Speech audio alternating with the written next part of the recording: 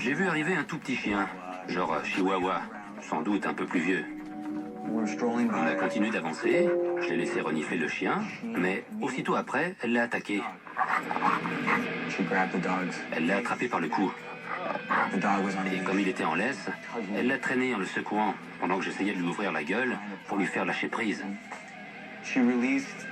Par chance, le chien s'en est bien sorti, avec plus de peur que de mal. Mais ça a fait tout un esclandre. Je fais de mon mieux pour la retenir quand il y a d'autres chiens autour. Mais ce n'est pas une solution. C'est nul d'être obligé de la tenir à distance. Les agressions s'étant multipliées, au bout de 2 mois, Robert a fait appel à un spécialiste. J'espère que César pourra m'aider à comprendre ce qu'il faut corriger et ce qui provoque ce comportement agressif chez Sandy. Parce que c'est vraiment un chien super et je pense pouvoir lui offrir une vie agréable. Doucement, doucement.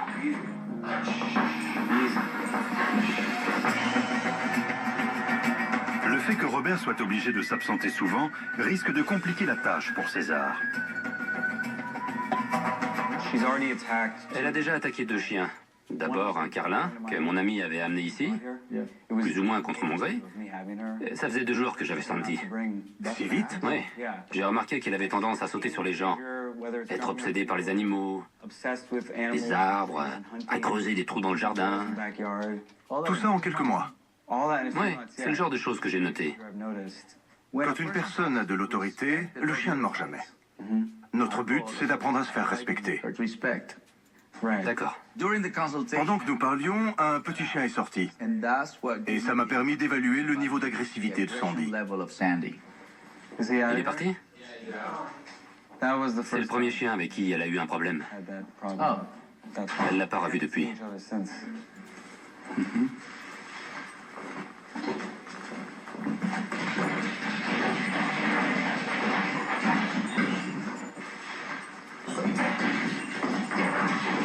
C'est pas terrible.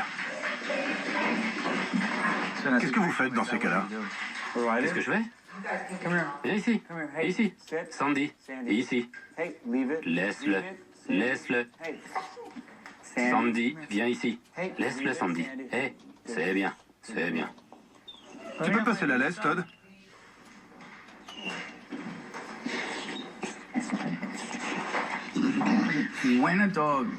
Quand un chien est excité, angoissé et nerveux, il est en mode chasse. Et utiliser son nom est la mauvaise chose à faire.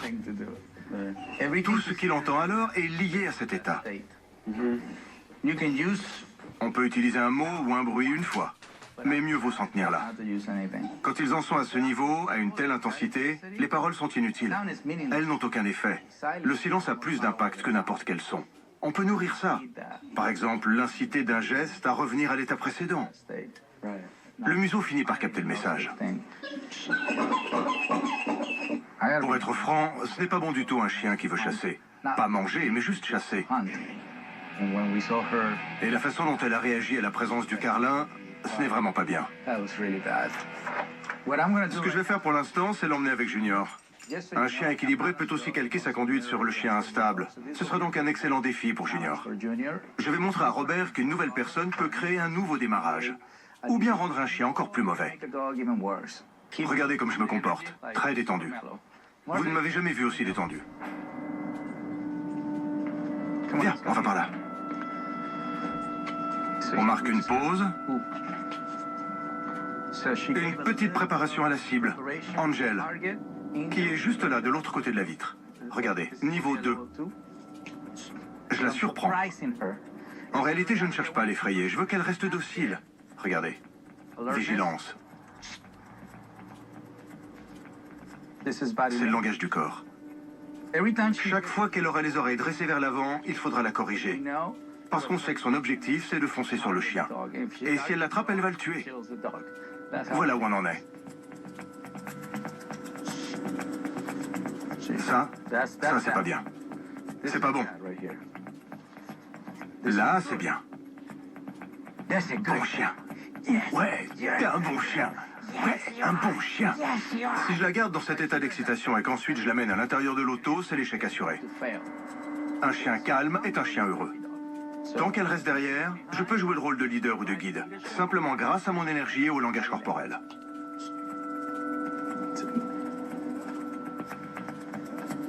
Tout est dans le regard. Quand elle voit un chien, elle veut s'en approcher. Très bien.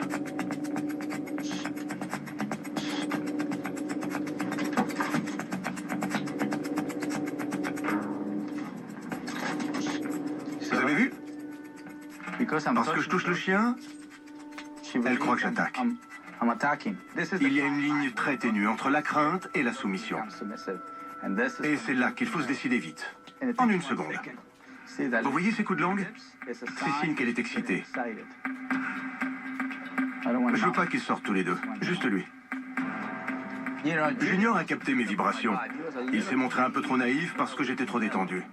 Quand il est venu au-devant de Sandy, je me suis dit, t'es fou, Junior? Vous voyez les yeux, le regard qu'ils échangent? Tout est dans ce contact visuel. Elle est prête à être reniflée, ce qui la met dans un état de soumission. Mais elle est trop tendue pour se mettre à renifler à son tour. Ce que je vais faire, c'est stimuler la tension et l'amener tout droit à l'échec.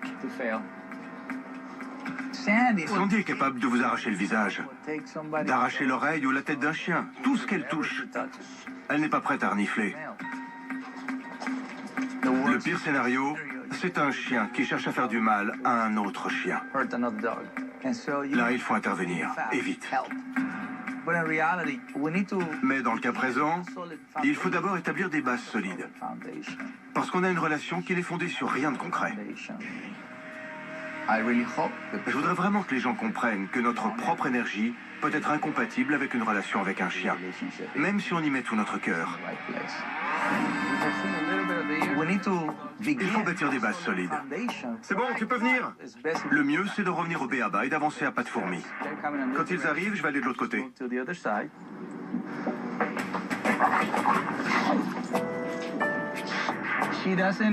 Elle ne sait pas encore interpréter un regard amical.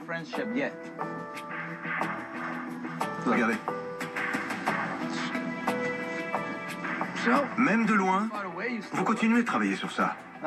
Maintenant, on va enlever sa laisse à un des chiens et vous allez voir ce qui se passe quand un chien vous suit. Viens, Junior. Vous voyez?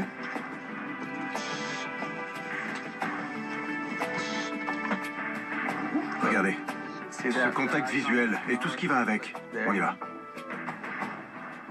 S'il s'approche, comme un crocodile. Lorsqu'un humain se fixe un objectif, il n'est pas toujours raisonnable. Sandy n'est pas prête. Elle n'est tout simplement pas prête. Et on doit se fier à notre intuition. Voir qu'il a réussi à maîtriser Sandy en aussi peu de temps me conforte dans l'idée qu'on va y arriver. C'est toute une marche à suivre, bien évidemment, mais j'ai toujours pris plaisir à faire les choses. Qu'est-ce que vous retenez de tout ça? Je me rends compte que tout ce que j'ai fait jusqu'à présent n'allait pas dans le bon sens. Et surtout, le plus important, c'est l'état d'esprit dans lequel on est. Et moi, lorsque je quitte la maison, je suis toujours inquiet à cause des autres animaux. Et vous avez vu comment je faisais? Ouais, je crois. Le calme a un grand pouvoir. Ouais. On va donc l'emmener et la mettre avec la meute. Lorsque César m'a dit que Sandy devait partir, ça m'a paru ce qu'il y avait de mieux pour elle à ce moment-là. Merci. En fait, nous allons partir en même temps. Et nous allons revenir tous les deux, plus motivés que jamais.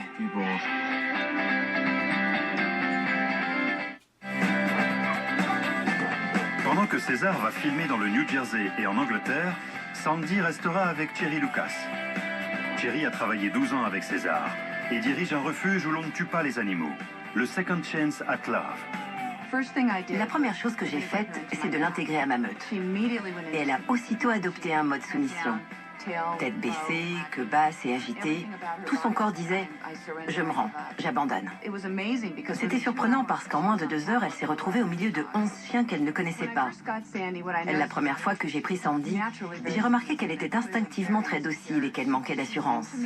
Il m'a semblé que c'était le genre de chien pas du tout sociabilisé qui devait passer son temps dans le jardin sans avoir vraiment de contact avec des gens ou d'autres chiens. Robert n'a jamais eu d'autres chiens depuis qu'il est adulte. Et Sandy n'est pas facile. Elle a beaucoup de problèmes. Ah si.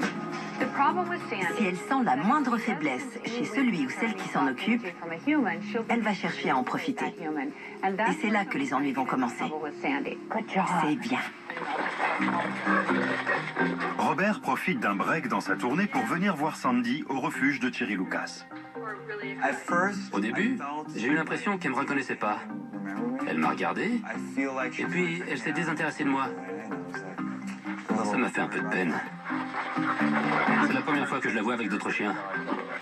Vraiment? Ouais. Elle a l'air très contente. C'était vraiment super de la voir bien dans sa peau en tant que chien. Ne pas être tenu à l'écart comme habituellement. Je vais les emmener en balade. D'accord. Et vous mènerez la meute. J'espérais que Robert aurait là l'occasion de se rendre compte que Sandy se conduisait très bien et que ça l'encouragerait à être plus en confiance avec elle. Super, Robert. Elle a fait beaucoup de progrès. Elle est beaucoup plus détendue, plus docile.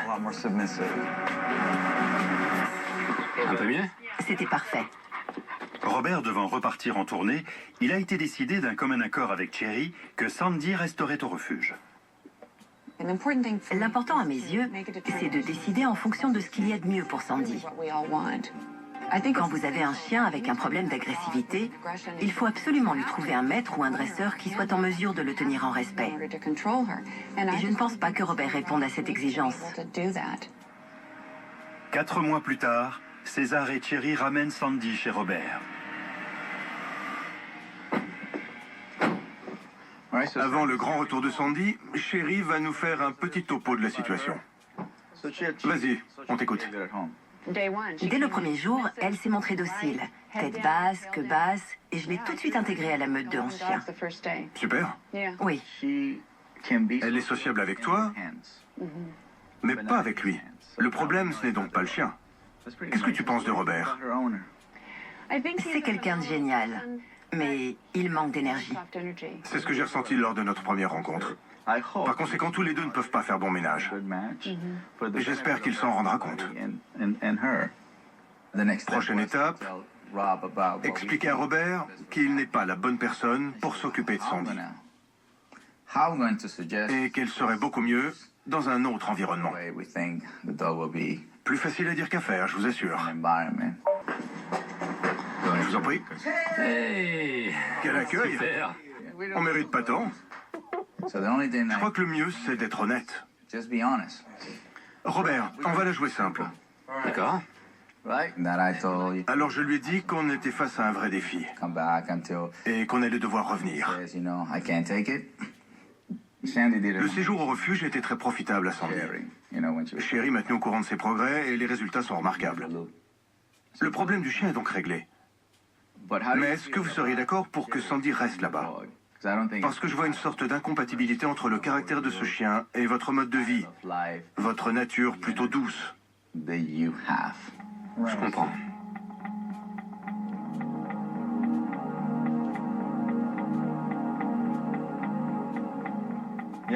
Je comprends tout à fait. Ce que je veux avant tout, c'est le bien-être de Sandy.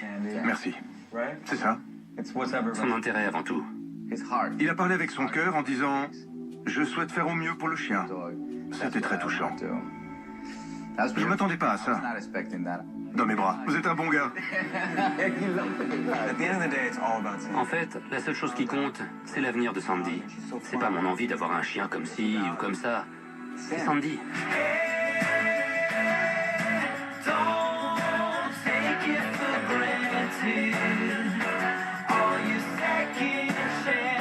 Sandy ne s'est plus jamais montrée agressive depuis qu'elle a intégré la meute de Thierry Lucas.